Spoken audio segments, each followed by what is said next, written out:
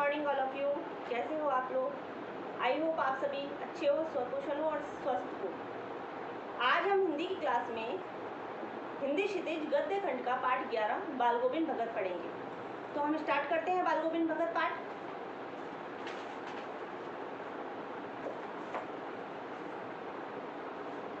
बाल गोविंद भगत पाठ के लेखक का नाम रामवृक्ष बेनीपुरी है। इनका जन्म 1899 में हुआ। लेखक का नाम है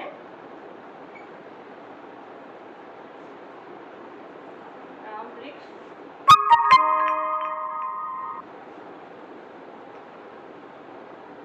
बेनीपुरी और इनका जन्म हुआ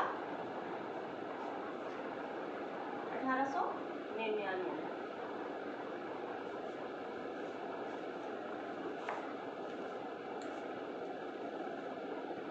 इनका जन्म बिहार मुजफ्फरपुर जिले के बेनीपुर गांव में हुआ।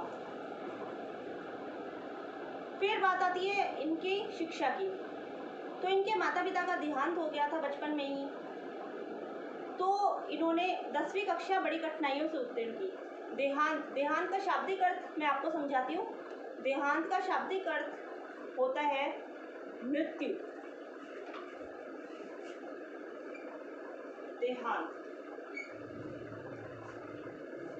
देहांत का हम संधि विच्छेद करते हैं तो बनता है देह प्लस अंत। देह प्लस अंत। देह मीन्स होता है बेटा शरीर और अंत मीन्स होता है समाप्त। शरीर का समाप्त हो जाना, इसे हम बोलते हैं देहांत। देहांत को हम मृत्यु बोलते हैं। इनके मम्मी पापा की कम आयु में मृत्यु हो गई थी जब ये बहुत छोटी उम्र के थे। फिर उन्होंने बहुत कठिनाई से 10वीं कक्षा उत्तीर्ण की। जब इन्होंने 10वीं कक्षा उत्तीर्ण की तो गांधी जी ने उस समय एक आंदोलन चलाया था, उसका नाम था असहयोग आंदोलन। उसमें ये कूद पड़े, उसमें इन्होंने भाग लिया और इस कारण इन्हें कई बार जेल जाना पड़ा।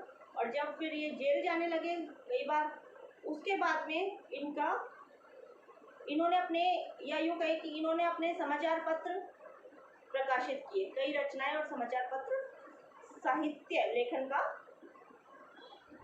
काम शुरू किया, साहित्य लेखन को अपनाया। और फिर 1968 में इनका स्वर्गवास हो गया। इनका स्वर्गवास कब हुआ था?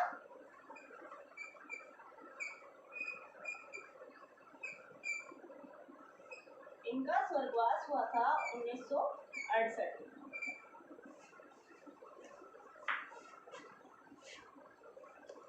बेनीपुरी जी की जो रचनाएं हैं उसमें विचार, कल्पना और भावना का अद्भुत संगम दिखता है।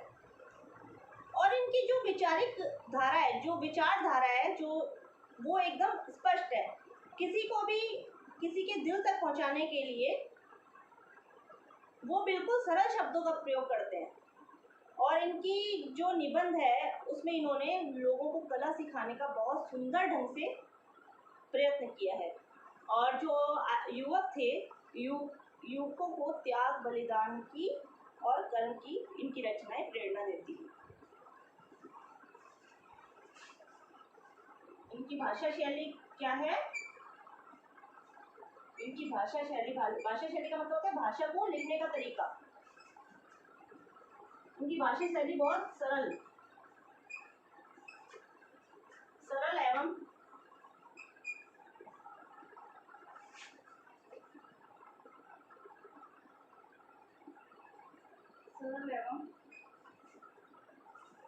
सरल और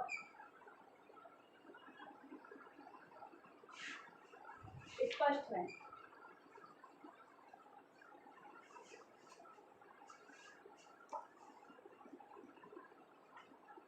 अब हम पाठ का सार पढ़ते हैं। बाल गोविंद भगत हमारा जो पाठ है वो एक सजीव रेखा चित्र है।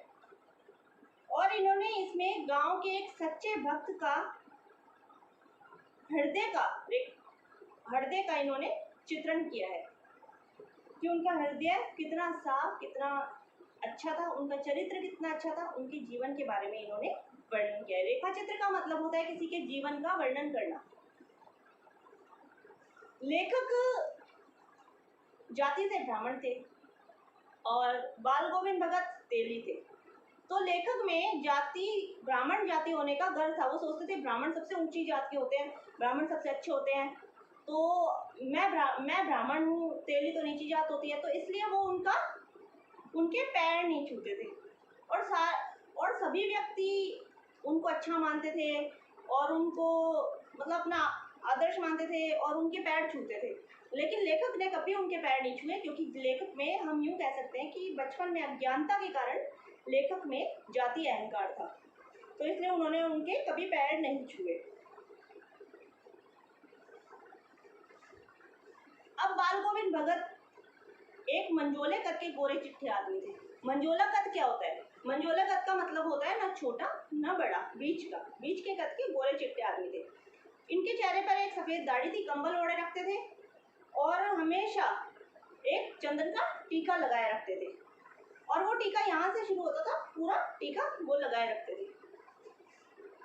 अब लेखक कहते हैं कि वो साधु थे लेकिन फिर भी अपना गृहस्थ जीवन जीते थे। तो उनका ये मानना था बाल गोविंद भगत का कि साधु होने का मतलब ये नहीं होता कि गृहस्थ जीवन को हम अपने भूल जाएं। साधु मतलब उनके मन में साधु का व्यवहार दिखाई देता था, साधु की तरह वो अपना जीवन जीते थे, उन्हीं की तरह कपड़े पहनते थे और उपदेश देते थे। और लेखक ने कभी भी गृहस्थ जीवन के लिए लेखक इसलिए कह रहे हैं कि लेखक ने कभी भी उनकी पत्नी को नहीं देखा था, लेकिन उनके पुत्र और पुत्रवधू को देखा था। और वो खेतीबाड़ी भी करते थे बाल गोविंद भगत। खेतीबाड़ी करते हुए भी वो एक पक्के साधु थे, क्योंकि वो अपने आप को साधु मानते थे कि मैं साधु हूँ, और साधु की तरह उपदेश देते थे, इसलिए वो साधु थे। और वो कबीरदास जी को साहब मानते थे, कबीरदास जी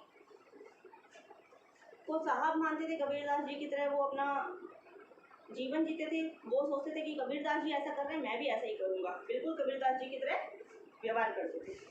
और कबीरदास जी को साहब का मतलब होता है बेटा भगवान मानते थे। वो कभी भी झूठा व्यवहार नहीं करते थे, बिल्कुल साफ शब्दों में अपनी बात कहते थे, किसी की चीज़ को हाथ नहीं लगाते थे, किसी को अपनी बात कहते थे तो स्पष्ट शब्दों में कह देते थे। और कोई भी चीज़ किसी की रखी हो तो बिना पूछे हाथ नहीं लगाना, अपनी चीज़ किसी को देना नहीं, ऐसे थे। और खेत में जब भी अपनी फसल बोते थे तो वो कबीरदास जी को अपना भगवान मानते थे, इसलिए क्या करते थे, खेत में जो फसल वो बोते थे वो फसल वो सीधा कबीरदास जी के मठ में ले जाते थे और वहाँ ले जाके प्रसाद दे देते थे, वहाँ ले जाके वो चढ़ा देते थे प्रसाद में, और उनको जो प्रसाद के रूप में वापस मिलता था वहाँ अपनी सारी फसल को वो चढ़ा देते थे। उसके बाद उनको जो प्रसाद में मिलता था उसे लेकर अपने घर जाते थे और उसी से ही अपनी आजीविका चलाते थे, अपना घर चलाते थे। वो बाल गोविंद भगत इतना मधुर गाते थे कि उनकी मधुर गीतों पे सब लोग खुश हो जाते थे। बारिश हो रही होती थी खेतों में, लोग काम कर रहे होते थे, जानवर भी उनके गीत सुन के प्रसन्न हो जाते थे, बच्चे उछलने कूदने लग जाते थे, औरतें गीत गाने लग जाती थी, क्योंकि इतना मधुर गाते थे।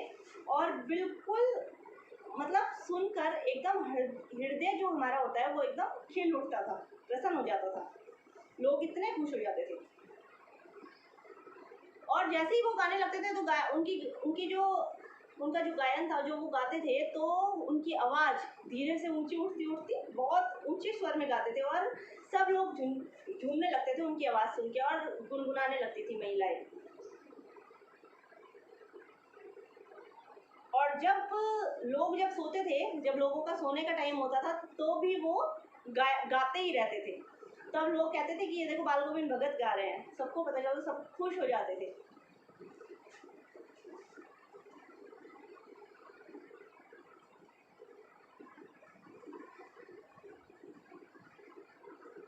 बाल गोविंद भगत इतना अच्छा गाते थे कि उनके संगीत का उत्कर्ष तब देखा गया, मतलब उनके संगीत का तो के बारे में, उनकी संगीत की ऊंचाई के बारे में, उत्कर्ष के बारे में मतलब तब पता चला जब बाल गोविंद भगत का बेटा मरा।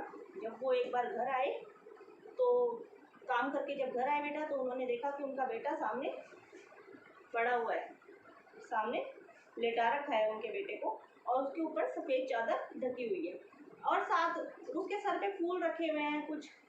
तो और उनकी पुत्र वधू बैठी बैठी रो रही है, सारे रो रहे हैं। तो वो आके जब उन्होंने देखा तो वो नीचे आसन लगा कर बैठ गए, और बैठ कर उन्होंने बोला, इसमें रोने वाली क्या बात है? आत्मा तो परमात्मा में विलीन हो गई। आत्मा का परमात्मा में विलीन होना क्या होता है? आत्मा का परमात्मा में विलीन होने का मतलब है कि आत्मा भगवान से जाकर मिल गई। विलीन होना मतलब मिल जाना। आत्मा तो भगवान से मिल गई। वो ये कहते थे ये तो आनंद की बात है, एक ना एक दिन तो होना ही है, मृत्यु तो अटल सत्य है, वो ऐसा बोलते थे। लेकिन हम लोग हालांकि नहीं सोच सकते कि मृत्यु, जब किसी के घर पे मृत्यु हो तो कोई खुश कैसे हो सकता है। लेकिन वो तो एक साधु थे, उनका तो जीवन वो अपने साधु की तरह जीते थे, तो उनके लिए आसान था, लेकिन लोगों के लिए आसान नहीं था। तो उनकी पुत्र वधू बहुत रो रही थी, और वो कहते थे कि इसमें कोई बड़ी बात नहीं है। वो ये बोलते थे कि मृत्यु तो अटल सत्य है, भगवान तो, आत्मा तो परमात्मा में विलीन हो गई, मिल गई जाके भगवान से, तो इसमें तुम लोग रो क्यों रहे हो? रो मत, ऐसे बोलते थे। लोगों ने जब भी उनको ऐसे देखा, लोग जब भी उनको ऐसे देखने लगे कि भाई वो इतना खुश होके कह रही है, तो आनंद की बात है, वो एकदम शांत होके कह रहे हैं, खुश नहीं सॉरी, शांत होके, या हम यूँ कहें कि शांत होकर जब ये बोल रहे हैं कि ये तो आनंद की बात है, तो लोग, उनको ये ऐसा जब लोगों ने देखा तो लोग तो बिल्कुल दंग हो गए कि ये तो ऐसे कर रहे हैं, और इनके घर पे मृत्यु हो रखी है। फिर उसके बाद इन्होंने क्या किया, खुद बेटे के क्रियाक्रम की रस्में नहीं निभाई, और अपनी पुत्र वधू से वो सारी रस्में निभाई। जब सारी रस्में निभा ली, सब बेटे का क्रियाक्रम करके अंतिम संस्कार करवा के पुत्र वधू से, तब उन्होंने क्या किया, अपनी पुत्र वधू के भाइयों को बुलाया, और उनके जब भाई आए तो उनको बोला कि मेरी पुत्र वधू अभी बहुत छोटी उम्र की है, इनकी शादी करवा दो और इन्हें यहाँ से ले जाओ। तो पुत्र वधू रोने लग गई। पुत्र वधू बोली कि नहीं, मैं नहीं जाऊँगी, मैं आपकी सेवा करूँगी, ये बाप का बेटा भी नहीं रहा तो मैं आपकी सेवा करूँगी। लेकिन उन्होंने बोला कि नहीं, उन्होंने सोचा कि ये तो बहुत छोटी उम्र की है, पूरा जीवन ऐसे नहीं निकलेगा। तो उन्होंने बोला कि या तो तुम यहाँ से चले जाओ या फिर मैं यहाँ से चला जाऊँगा। तब उनकी पुत्रवधू भी उनके फैसले के आगे हार गई, और फिर वो चली गई।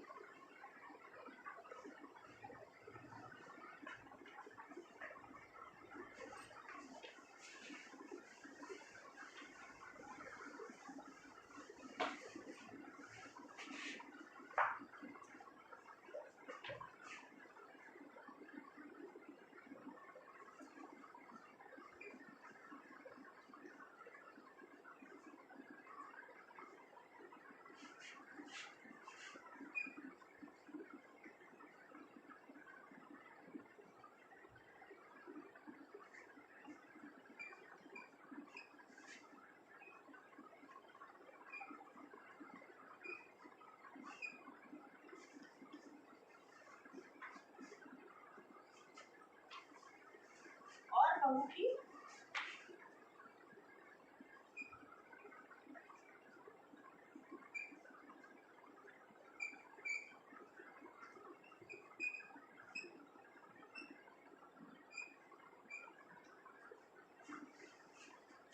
बहू की विदाई कर दी उन्होंने।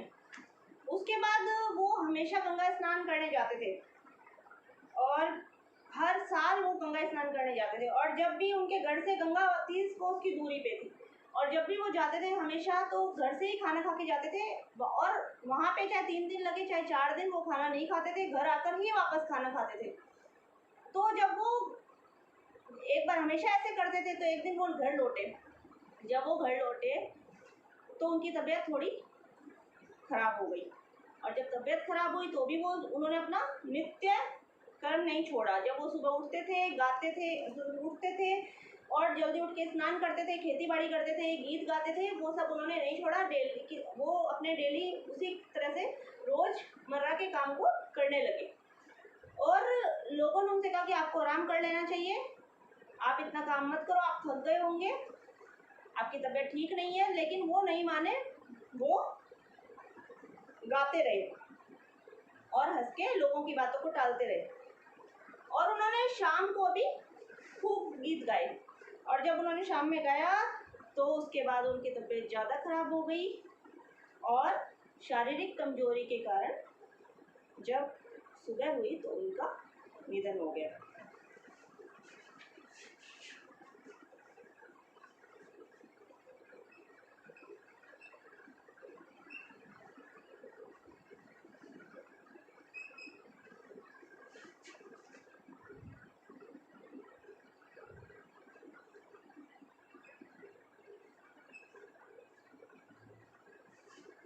मृत्यु हुई थी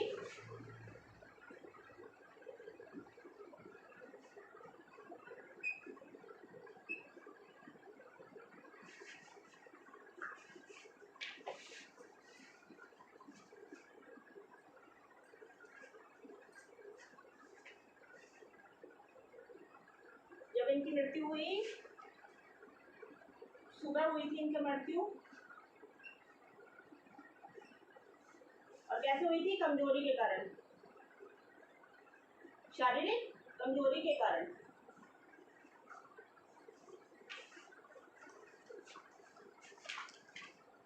आज हमने हमारा पाठ पढ़ा बाल गोविंद भगत।